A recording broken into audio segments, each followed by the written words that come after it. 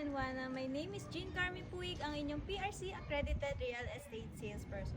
Kung naghahanap ka ng perfect na bahay na swak sa inyong budget at location, so itong pong bahay na nasa likod ko, ang tawag po dito ay Townhouse 58 o Model 58. Bakit siya tinawag Townhouse 58 or Model 58? Dahil ito ay merong floor area na 58 square meter at lot area na 44 square meter. So, meron itong provision for 1-car garage, 2 to 3 bedrooms, 2 toilet and bath. Dito sa Safa Residences, may kita mo ang kalidad at modernong bahay. So, ang property line po natin dito ay magsisimula dito hanggang dito. So, ito po tinatayuan ko ay yung carport ni Model 58. Tara, pasukin naman natin yung loob.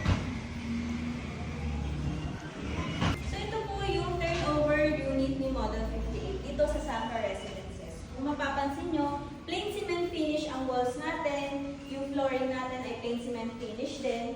Then, yung windows natin, steel casement window.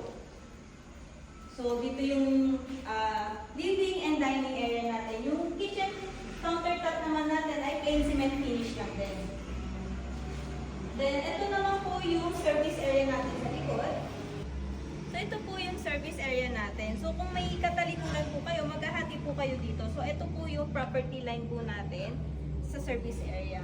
So, tara, tingnan naman po natin yung toilet and bath dito sa ground floor.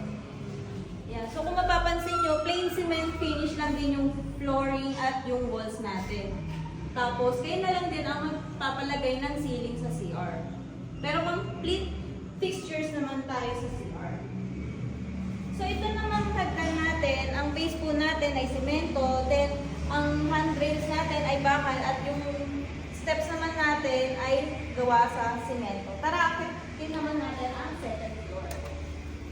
So, ito naman yung second floor natin. So, same lang din sa baba na plain cement finish ang walls natin at yung floor.